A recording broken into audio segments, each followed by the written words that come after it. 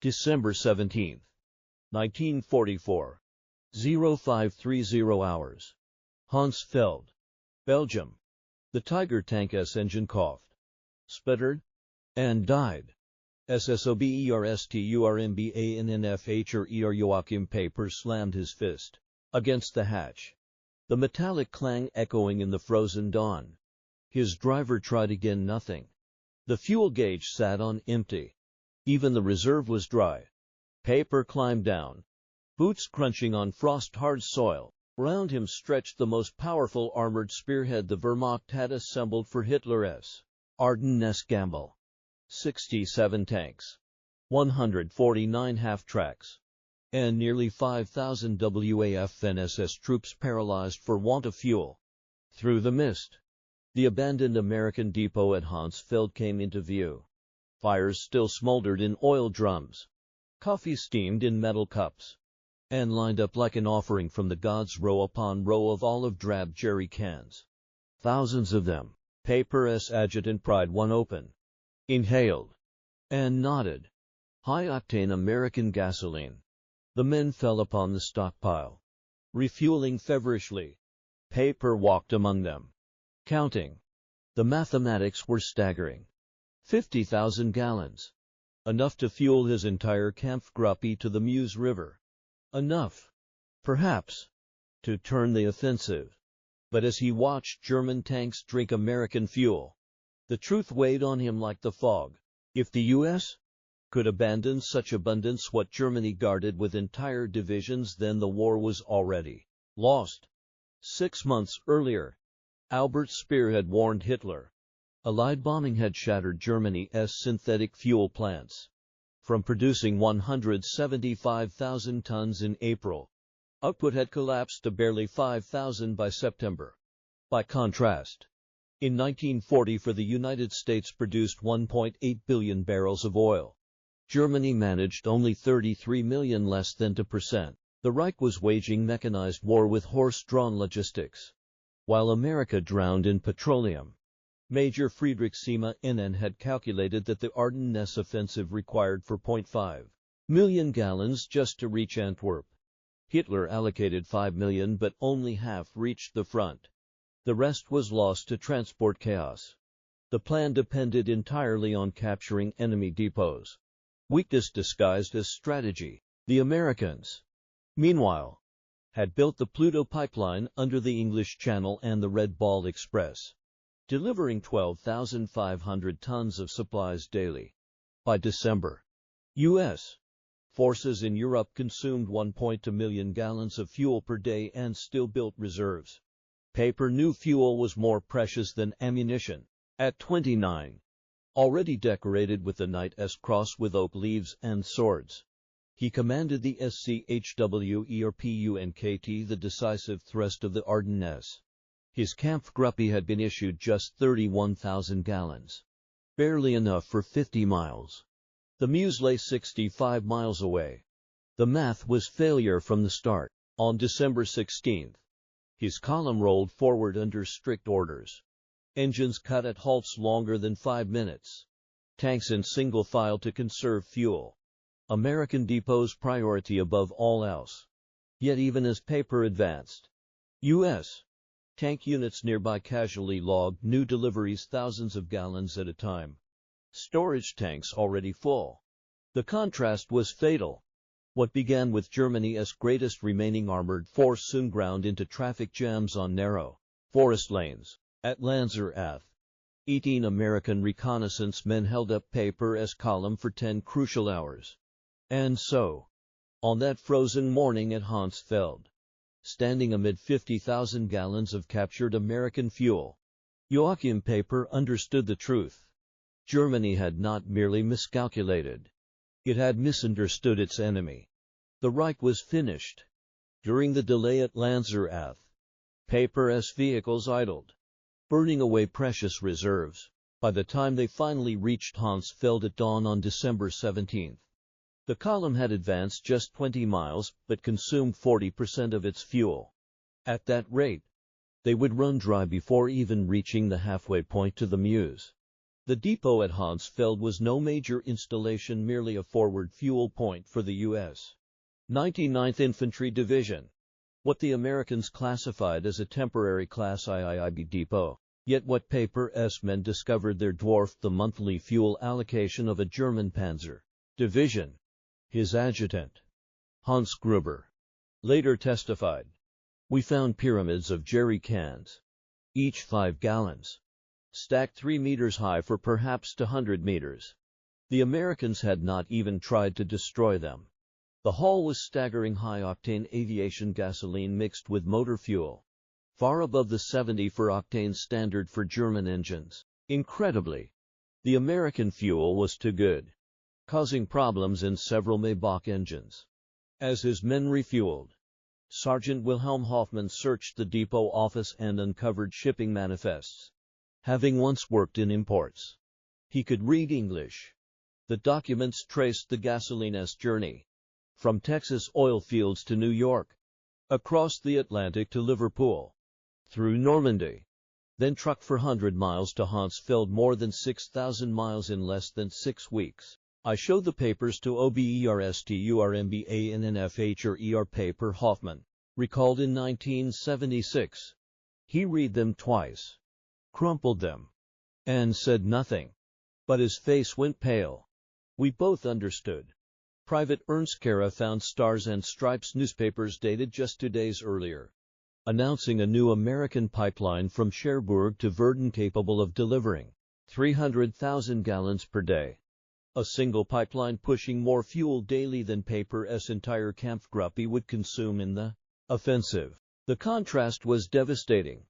By late 1944, Allied bombing had cut Germany's synthetic fuel production by 90%. The Luftwaffe was grounding aircraft. Training hours for pilots reduced from 150 to barely 60. The Navy's surface fleet lay idle. U-boats fitted with snorkels to save diesel. On the home front, cars had vanished from the roads since 1942. Farmers returned to horse-drawn plows, and the Gestapo hunted black market thieves for mere liters of gasoline. Meanwhile, the United States produced 2/3 of the world's oil. The East Texas oil field alone outproduced all of occupied Europe. American refineries ran so efficiently they experimented with new byproducts simply because they had too much crude. With the 50,000 gallons captured at Honsfeld, Peiper's column surged forward, reaching Berlin General by noon and seizing more supplies, including maps that revealed even larger depots ahead. But those maps also told a darker truth. Fuel was everywhere for the Americans. The First Army alone held 3.5 million gallons in reserve. At Stavelot, Peiper's spearhead found its prize over 2 million gallons stacked across 15 acres, enough to guarantee reaching the Meuse. But U.S. engineers, led by Captain John Brewster, had already prepared the depot for destruction. At 16:30 on December 17, they poured trails of gasoline, armed white phosphorus grenades, and lit the inferno. A pillar of black smoke rose 1,000 feet into the sky. The blaze consumed 2.1 million gallons fuel that could have carried Peiper's entire division to Antwerp and back. Peiper's driver later recalled him standing silently on his turret, watching the fire. After 5 long minutes, he climbed down and whispered, "They can afford to burn 2 million gallons. What are we doing here?" Across the Ardennes, American engineers repeated the act at Trois-Ponts, Spa, and other depots. In the first week alone, they deliberately destroyed more than 8 million gallons more than Germany had allocated for the entire offensive. The reason was simple: supply superiority beyond German imagination. The Red Ball Express alone had moved 412,000 tons of supplies with 6,000 trucks, each burning 40 gallons daily. By December, the U.S. Motor Transport Service operated 230 truck companies, delivering 20,000 tons of supplies a day, 3,000 tons of it fuel. On December 18, U.S. records noted casually, fuel receipts, 1,847,000 gallons. That single day's intake exceeded what the Reich could deliver in an entire month. December 18, 1944. American supply records were matter of fact. Fuel issued 1,623,000 gallons. Net gain to reserves 224,000, even in the midst of battle. The Allies were stockpiling. Operation Pluto, the pipeline under the ocean, was delivering 1 million gallons daily from Britain to the continent. From there, inland networks stretched across France. Cherbourg to Paris, 800,000 gallons a day. The Seine line, another 650,000. By December, Allied forces in northwest Europe consumed 7.5 million gallons daily while receiving over 8.2 million. They were building reserves while attacking. For Peiper, the contrast was brutal. His Tigers burned to 0.5 gallons per mile in combat. Panthers, 1.5. In the Ardennes rugged terrain, consumption soared by 40%. Maintenance officer Otto Dinkel recorded grimly. By noon on December 18th, we had consumed 67,000 gallons since the offensive began. We had captured perhaps 55,000. We were operating at a deficit. The Americans knew it. Ultra intercepts revealed Peiper's crisis. General Courtney Hodges issued orders. Enemy critically short of fuel. Destroy all gasoline threatened by capture that same day. U.S. C-47 transports flew 316 sorties into besieged Bastogne, delivering 160,000 gallons of fuel, more than Peiper's entire Kampfgruppe possessed. By December 19th, his tanks at Street Aumont were stalling from empty tanks rather than enemy fire. He scraped together perhaps 8,000 gallons, barely enough for a single engagement. Meanwhile, Allied planners casually prepared for January operations. Brigadier General Morris Gilland requested 245 million gallons for the month. Approved without debate. The imbalance extended beyond volume. American logistics thrived on standardization. Sherman tanks consumed 0.8 gallons per mile. Trucks 8 miles per gallon fully loaded. Parts were interchangeable. Maintenance streamlined. German forces, by contrast, fielded a chaotic mix.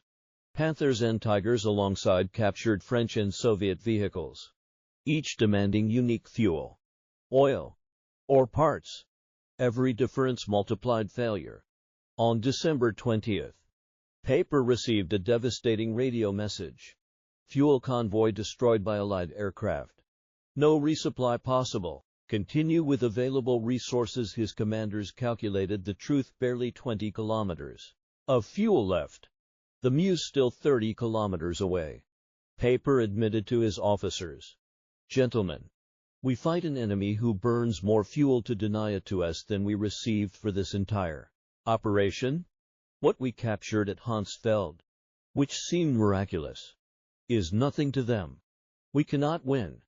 Others reached the same conclusion. General Hasso von Manteuffel later wrote, "When I learned Americans had destroyed 8 million gallons rather than risk capture, I knew the offensive had failed before it began." Colonel Friedrich von der Hatie, captured days later, told interrogators, "Your soldiers throw away chocolate. My men haven't seen chocolate in 2 years. You burn millions of gallons. We measure by the liter. How can we fight such abundance?" By December 21st, Peiper was surrounded at La Gauloise, his tanks immobile. American forces around him. 82nd Airborne, 3rd Armored, 30th Infantry had a combined allocation of 340,000 gallons. For that single day, Peiper had perhaps 1,000. One U.S. private wrote home, "We got Germans surrounded who ran out of gas. Our captain jokes we use more fuel heating coffee than they have for tanks." American industrial warfare now revealed its scale. Patton's Third Army pivoted north in 3 days, a redeployment burning 350,000 gallons, considered impossible by German standards. On December 23rd, the skies cleared. Allied aircraft flew to 1,000 sorties. each burning fuel at rates that would have grounded the Luftwaffe for weeks.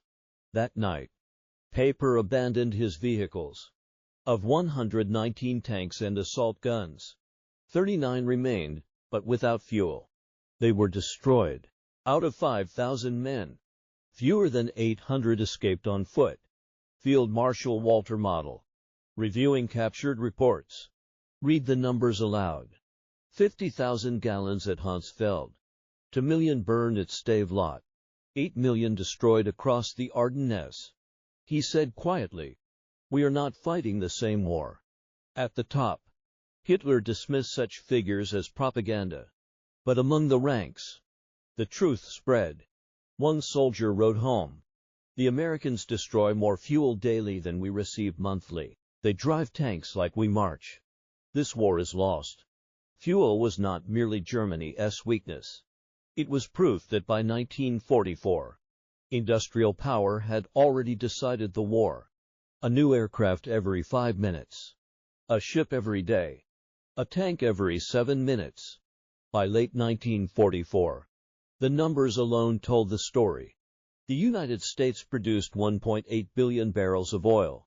The Soviet Union, 110 million.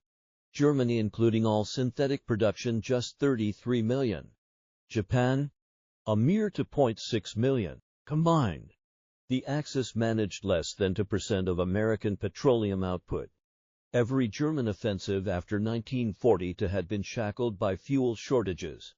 Every American offensive was powered by abundance beyond German imagination. Lieutenant Colonel Chester Hansen recorded a telling incident on December 27. A logistics officer reported poor weather had reduced fuel deliveries to only 500,000 gallons per day.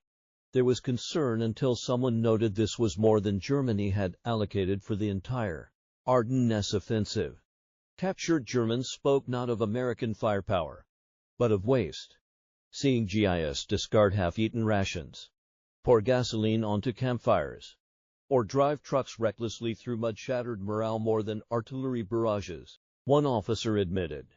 We knew the production numbers abstractly, but seeing soldiers waste more than we possessed made them real. Every German who saw your abundance knew the war was hopeless. Letters home, even under censorship, carried the same despair. A German corporal wrote, "Americans wash clothes in gasoline. They feed chocolate to dogs. They fire artillery for Christmas. We cannot fight infinity." The psychological blow undermined Nazi propaganda. How could a so-called master race scrape for leaders while decadent Americans drowned in petroleum? At Nuremberg, German commanders themselves cited fuel as decisive. Field Marshal Keitel testified, "In 1940 we had operational superiority. By 1944 we could not move divisions for lack of fuel, while the Americans moved armies like chess pieces." Peiper's own testimony echoed the same truth. Every decision after December 17 was dictated by fuel shortage. We could not maneuver, pursue, or retreat effectively. Americans moved freely while we counted leaders. The statistics were unforgiving. America built 324,000 aircraft during the war. Germany, fewer than 120,000. America produced 88,000 tanks. Germany, 46,000. But oil told the deadliest truth. 1.8 billion American barrels in 1944 alone, against Germany's 33 million. December 24, 1944. As Peiper's men slipped away on foot, abandoning 39 tanks, 70 half-tracks, and 177 other vehicles, the magnitude crystallized. They had captured 50,000 gallons at first. A miracle, but compared to Stavelot, where Americans burned 2 million gallons to deny them, it was nothing. Compared to the Red Ball Express, it was a rounding error. One U.S. armored division consumed more in 2 days than Peiper had captured in his entire advance. Later, Peiper admitted, finding that depot was the worst thing. If we had run out earlier, we might have retreated with dignity. Instead, We discovered Americans had oceans while we had drops. The lesson was clear. In industrial warfare, courage and tactics mattered less than factories and refineries. America could waste more than Germany could ever produce. In December 1944, U.S. soldiers received on average 67 pounds of supplies daily. German soldiers survived on 3. The contrast was total. 40 years later, veterans stood together at La Gauloise. The rusting shell of Peiper's Tiger tank remained where it had run out of fuel. An American asked his former foe, "We always wondered why you stopped. Was it tactical?" The German laughed bitterly. "No. We stopped because the tanks were empty. You burned millions to keep it from us. How could we fight that? We had so much. We never thought about it." That simple exchange captured December 1944's truth. One side counted fuel by the gallon. The other, by the million. One fought for every jerry can. The other burned oceans without a thought. The outcome was inevitable. German records are damning. Army Group E's diary reads like a slow-motion collapse. December 16th. Offensive begins. Fuel at 70% of minimum.